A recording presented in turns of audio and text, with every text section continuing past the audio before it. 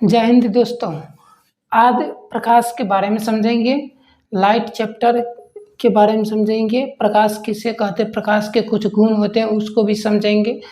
पारदर्शी पारदर्शी प्रकाश किसे कहते हैं और अपारदर्शी किसे कहते हैं, ये सारी और छाया वस्तुओं क्या होती हैं, इस सभी चीज़ को समझेंगे आज। सबसे पहले ये देखते हैं प्रकाश किसको कहते हैं। अब देखिए, प्रकाश में डेफिनेशन लिख दिया हूँ।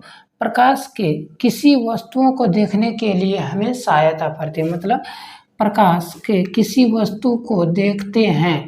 प्रकाश से हम क्या करते हैं, किसी वस्तु को देखते हैं। जैसे मान लो इस बोर्ड को हमने देख रहे हैं, आप लोग या तो हमको देखते होंगे या तो इस बोर्ड को देखते होंगे, तो किसके बदल रोशनी के बदल होता है। ये रोशनी क्या है, एक तरफ से प्रकाश है, ठीक, उसी को हम प्रकाश कहते हैं। जिससे हम किसी वस्तुओं को देखते हैं, वे क्या कह रहा है, मतलब किसी भी चीज़ को हम जो देखते हैं प्रैक्टिकली, तो अब मान लीजिए उस चीज़ को हम देखते हैं तो क्या चीज़ से, आँख के द्वारा देखते हैं। और आँख के जब मान लो अंधेरा रहेगा तो फिर तो हमको दिखाई नहीं पड़ेगा, आँख फिर भी रहेगा लेकिन दिखाई तो नहीं पड़ेगा। तो इसलिए क्या करते हैं, मान लो दिन में देखते हैं तो सूर्य की सहायता से हमने देखते हैं, तो सूर्य एक तरफ से क्या मानेंगे, प्रकाश है, ठीक।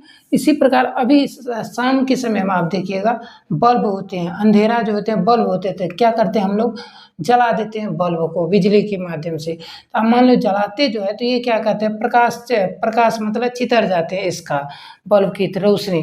तो ये रोशनी क्या होती है, आपको ये सारी रोशनी जो है आपको देखने में सहायता मिलती है, तो इसलिए हम इसको कहेंगे प्रकाश। आप समझते हैं पारदर्शी वस्तु किसे कहते हैं, ये समझते हैं। पारदर्शी कुछ वस्तु ऐसे होते हैं जिससे आर पार हमको दिखाई देते। क्या हम ये दीवार जो है, मान लीजिए साइड में दीवार होगा, दीवार के साइड ऊपर ये बोर्ड लगा हुआ है, तो क्या ये बोर्ड को हम देखते हैं तो क्या अंदर वाली दीवार दिखाई देता है, नहीं देता है। मान लीजिए नहीं जो दिखाई देगा तो ये हो जाएगा आपको अपारदर्शी। अब मान लीजिए ये बुक है, बुक जो है, क्या ये बुक को हम इस साइड से उस साइड हम देखेंगे, क्या दिखाई देगा, नहीं। मान लीजिए इसी प्रकार या तो रोशनी देंगे या तो कोई मतलब फोक्स से या तो बारेंगे ना टॉर्च, या तो इस साइड से देखेंगे ना तो उस साइड दिखाई नहीं दे पाएगा क्योंकि ये मोटा है। इसी में हम क्या कर सकते हैं, मान लीजिए इसी पेज को हम क्या कर सकते हैं, इस तरह देखते हैं ना, तो इधर से फोक्स जो मारते हैं, प्रकाश जो मारते हैं टॉर्च, तो ये इधर से उस साइड दिखाई दे देता है, तो इसको क्या कहेंगे, जो दिखाई आर पार दिखाई दे देता है उसको कहेंगे पारदर्शी है। जो आर पार दिखाई नहीं देता है उसको कहेंगे अपारदर्शी पदार्थ है, ठीक। अब देखिए इसमें मान लीजिए उदाहरण में ले लीजिए, कहता है पारदर्शी है कुछ वस्तुओं ऐसे होते हैं जिससे वस्तु को आर पार देख सकते हैं, उसे पारदर्शी कहते हैं। अब देखिए, अब मान लीजिए कागज,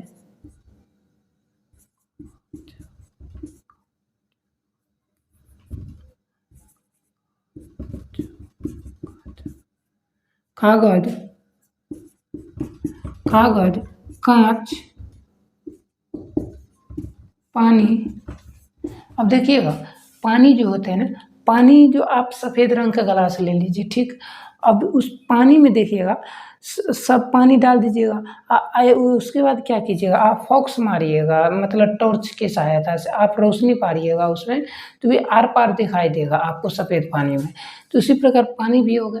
कांच भी, उस खाली गिलास में आप या तो कोई कांच ले लीजिए, मान लीजिए देखते होंगे आप लोग बैंक वगैरह में साइड से घेर दिया रहता है कांच के, मतलब या तो आप देखते होंगे छत जो होते हैं तो उस कंटिलीवर पे जो है ना, कंटिलीवर आगे वाला फ्रंट पर जो है ना, वे उस साइड मतलब शीशा लगा देता है, तो उसके मतलब पीछे साइड से भी फॉक्स मारिएगा ना आप टॉर्च का कि कोई रोशनी की सहायता, तो ये क्या करेगा, आर पार मतलब आगे भी दिखाई देगा, ठीक। आप देखते हैं अपारदर्शी वस्तु, कुछ वस्तु ऐसे होते हैं जिसे वस्तु को आर पार नहीं देख सकते हैं, उसे हम अपारदर्शी कहते हैं। और समझते हैं, फिर समझते हैं। अब देखिए इसमें जो आप कुछ वस्तु, मान लो लकड़ी,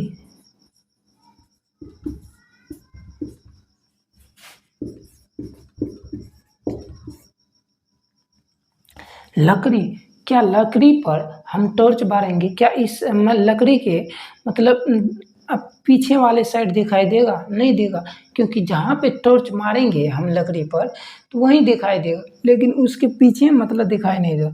आर पार कहने का मतलब है कि इस साइड से उस साइड भी दिखाई देना चाहिए, तब आर पार आप कहिएगा, तब हो जाएगा पारदर्शी। जब इस साइड मारे और उस साइड नहीं दिखाई देगा तो समझेंगे अपारदर्शी है। वही है, लकड़ी पे जब हम मान लीजिए ये बोर्ड है, अब बोर्ड पर हम क्या करेंगे, यहाँ पर लाइट बारेंगे। लाइट मान लो ये टॉर्च बारे, टॉर्च बारने के बाद क्या करेगा, ये बोर्ड जो है ना, या मान लो कोई दीवार ही है तो दीवार के मतलब दीवार की साइड तो रोशनी नहीं जाएगा क्योंकि बोर्ड है, तो ये बोर्ड भी एक तरफ से क्या हो जाएगा, आपको अपारदर्शी है। ठीक, अब समझते हैं छाया वस्तुओं किसे कहते हैं, मतलब क्या होते हैं। जैसे हमने अभी बोल रहा है, ठीक है, बोलते जो हैं आप देखते होंगे ये हाथ जो ऐसे ऐसे कर रहे थे, ये देखिए ये छाए मतलब ये जो होते हैं ये छाया वस्तु होते हैं, मतलब छाव इसका बनता है।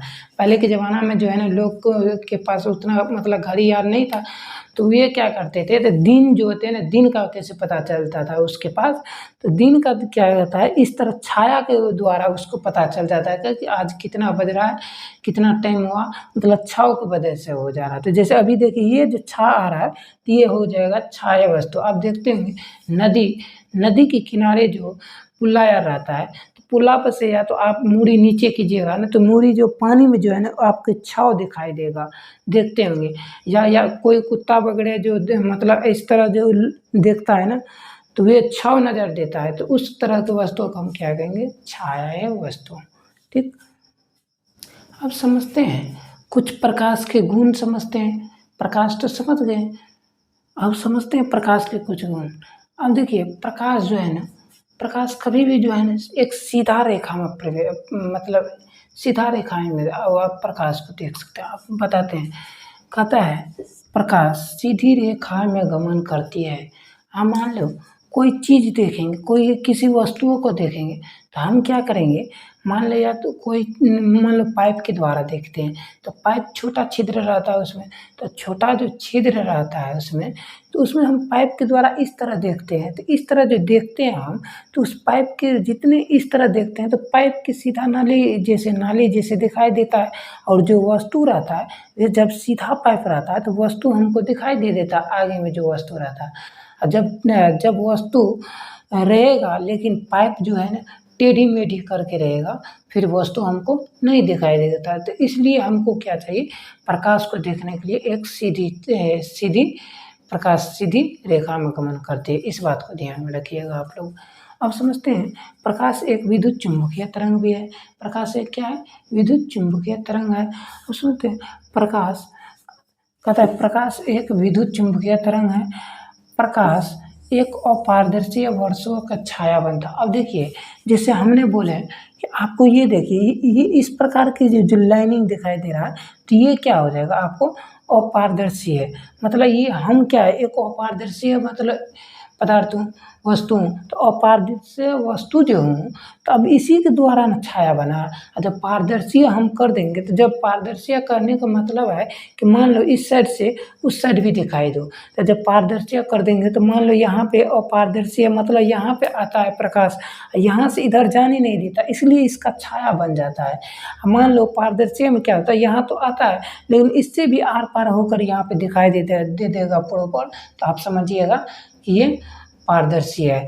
लेकिन यहाँ पर तो अपारदर्शी है, क्योंकि ये तो मान लो मोटा है और ये जो इससे आर पार नहीं देता है, तो इसलिए ये देखिए अब छाया बन जाता है। ये देखिए ये इस प्रकार की, ये जो इस तरह हाथ करते हैं तो इस बोर्ड पर जो है ना छाया बन जाते हैं। तो इस प्रकार को हम वस्तुओं को अपारदर्शी वस्तु कहते हैं, और इसकी जो है छाया बन जाते हैं। प्रकाश अपारदर्शी वस्तु में छाया बनाता है, ये बात ध्यान में रखें। निर्वात में कहता निर्वात में प्रकाश की चाल 3 गुना 10⁸ मीटर पर सेकेंड होता है। अब देखते हैं 3 गुना 10⁸ मतलब 8 को जीरो बोल रहा है, 4 मतलब 8 को मीटर पर सेकेंड होता है। सोचिए कितना होता है, मतलब निर्वात हवा में जो निर्वात मतलब हवा में जो इसकी चाल जो होती है ना इतना रहती है, 3 गुना 10⁸ मीटर पर सेकेंड रहता है। अब सोचने वाली बात है, सोचिए कितना स्पीड में रहता है, इसकी चाल स्पीड रहता है। आप सोचिए 3 × 10⁻⁴ मीटर पर सेकंड आता है। अब देखते हैं प्रकाश, कहता प्रकाश एक अनुप्रस्थ तरंग है। प्रकाश एक क्या है? अनुप्रस्थ तरंग है। हम देखते हैं दर्पण किसको कहते हैं? दर्पण अपना लोग जो चेहरा देखते हैं तो ये क्या कहलाते हैं? एक दर्पण के रूप में दर्पण होते हैं, उसी को हम क्या कहेंगे? एक दर्पण कहेंगे। मान लो कभी बाल सीटने आप लोग जाते होंगे, कभी आप लोग चेहरा देखने जाते होंगे, किस चीज़ में देखते होंगे? तो दर्पण मतलब ये एक आईना में देखते होंगे। तो आईना जो होते हैं आप एक तरफ से ये जो है ना दर्पण है, ठीक? आईना क्या कहेंगे? दर्पण है। तो इसलिए हम मतलब उसमें जो हमारा क्या हो जाता है? प्रतिबिंब बन जाता है। तो उसको हम क्या कहेंगे? एक दर्पण कहेंगे, ठीक? अब इसमें समझते हैं दर्पण के कितने प्रकार होते हैं, ये बात समझते हैं। दर्पण के कितने प्रकार होते हैं? दर्पण के 2 प्रकार होते हैं, इस बात को ध्यान में रखिएगा। दर्पण के 2 प्रकार होते हैं। दर्पण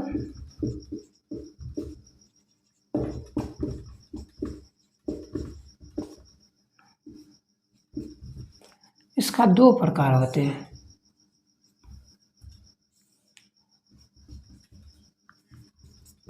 एक समतल दर्पण,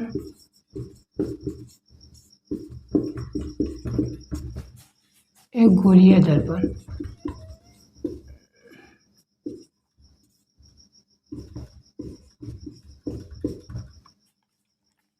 समतल दर्पण जो हम लोग घर में यूज करते हैं, जिसमें हम चेहरा देखते हैं, तो ये क्या हो जाता है? हूबहू उसमें हमारा प्रतिबिंब बन जाता है। मान लो जैसे हम चेहरा देखते हैं इस तरह रहते हैं खड़ा, तो इसी तरह हमारा देखिएगा फिगर भी मतलब इतना ही साइज मोटाई रहेगा, सारा कुछ इतना ही रहेगा, इसी सेम टू मतलब हमको उस दर्पण में दिखाई देता है। तो उसको हम क्या कहेंगे? समतल दर्पण। समतल दर्पण कहते हैं, ठीक?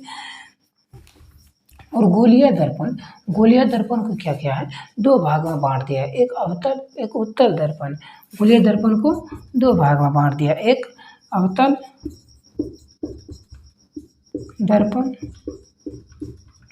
और एक उत्तल दर्पण।